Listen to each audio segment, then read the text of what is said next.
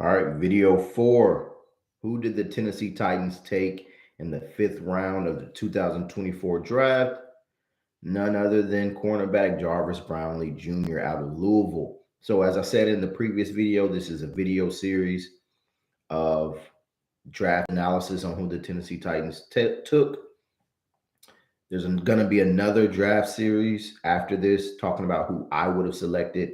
So for those who are interested in alternatives, that will be available after I go through everybody that the Tennessee Titans selected. But Jarvis Brownlee Jr. out of Louisville, as I said in the previous video, have a tidbit about him to share. And that tidbit is I know his DB coach, Steve Ellis, Coach Ellis. So ironically, during the draft process, I messaged Coach Ellis about how do you feel about Jarvis Brownlee Jr. And of course, he has a resounding review for Jarvis Brownlee Jr. Talks about him verbatim, alpha, using the word alpha, using the word feisty, guy that is serious, high football IQ.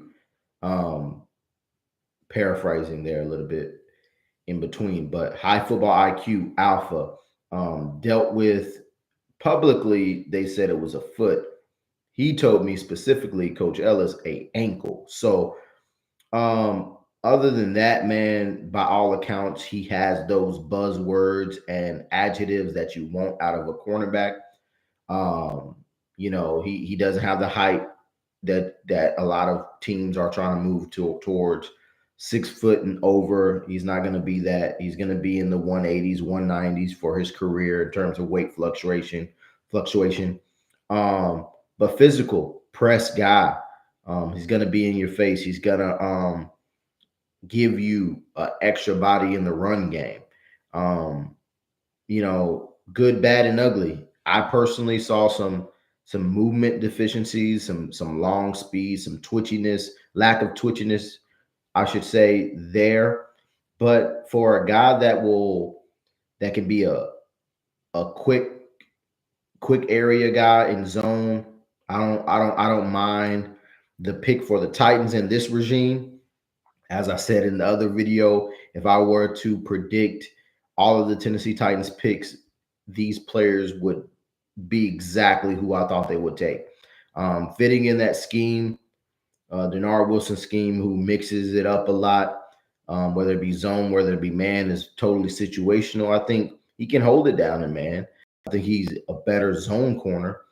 I think that the size will show up in certain jump ball situations, and the ability to get bigger players down.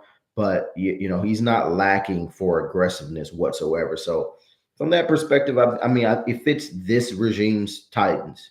And they have to figure it out themselves in terms of what are the thresholds that they want to go through. And during this acquisition cycle or this acquisition process, which is the draft, this is who they saw at pick 146 to further help them in what they did, paired with their free agency, paired with who they think they can get pre and post training camp, including during the season. So they added 2 expensive corners and took Jarvis Brownlee Jr. So I think he fits the scheme.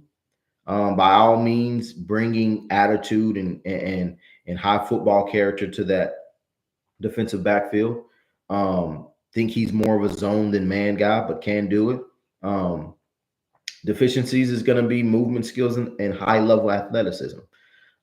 So very simple pick. And as we get closer to the end of the draft and these later selections, it will be a shorter video because it kind of is what it is.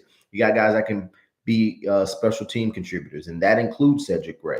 A lot of times we look at this as players, man, they have to be starters. They have to be, superstars, Hall of Famers. And the way that I draft, which I will share the players that I would have taken as alternatives, I do try. I do have the mentality of trying to draft a Hall of Famer with every pick. That's the mentality to have as a player evaluator. But the reality of it is is these guys have 3-4 year contracts, and your job as an evaluator is hoping that these players, careers and their goals meet your job, requirements, right? You hope that the 4 years they're able to produce. And at this range, fifth round, you're hoping that you can get a good special teams contributor. You're hoping that you can have a guy that produces throughout his whole rookie contract, whether that be as a reserve or a starter. So I think that Jarvis Brownlee Jr. has the ability to do that.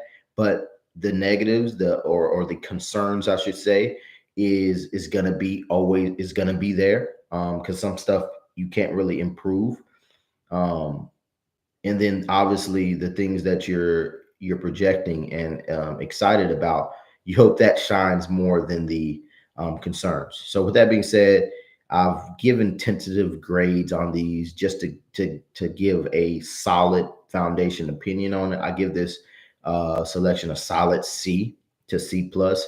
And at this rate, you got the number 10 corner. Like, he was my number 10 corner in the 5th round. So, and at a position that goes pretty rapidly, to get, the 10th best corner on my board at this range, that means that 2 corners had to have gone every round before, roughly. So that means that's a good value pick. But as far as, like, when you get at that range, it's tough to get your guy. And that's just my opinion on it. So, I've had an A for Latham. I've had a B minus for Sweat. I've had a B minus for Cedric Gray. And this is the most solid C plus that you could give a player. It's just tough to find, who you prefer to who the Titans picked / all of that together. But from a value standpoint, they're knocking it out the park from value. Gray was my linebacker 6. This is the cornerback 10. Sweat, defensive tackle 3. Latham, offensive tackle 3. So 2.5. So this is like, high value. This is value. And then it comes down to who you prefer as a player. But Brownlee Jr. definitely was coached by one of the best defensive back coaches in the country. Then he goes to this situation where it would be awesome as well. So looking forward to what he does as a pro.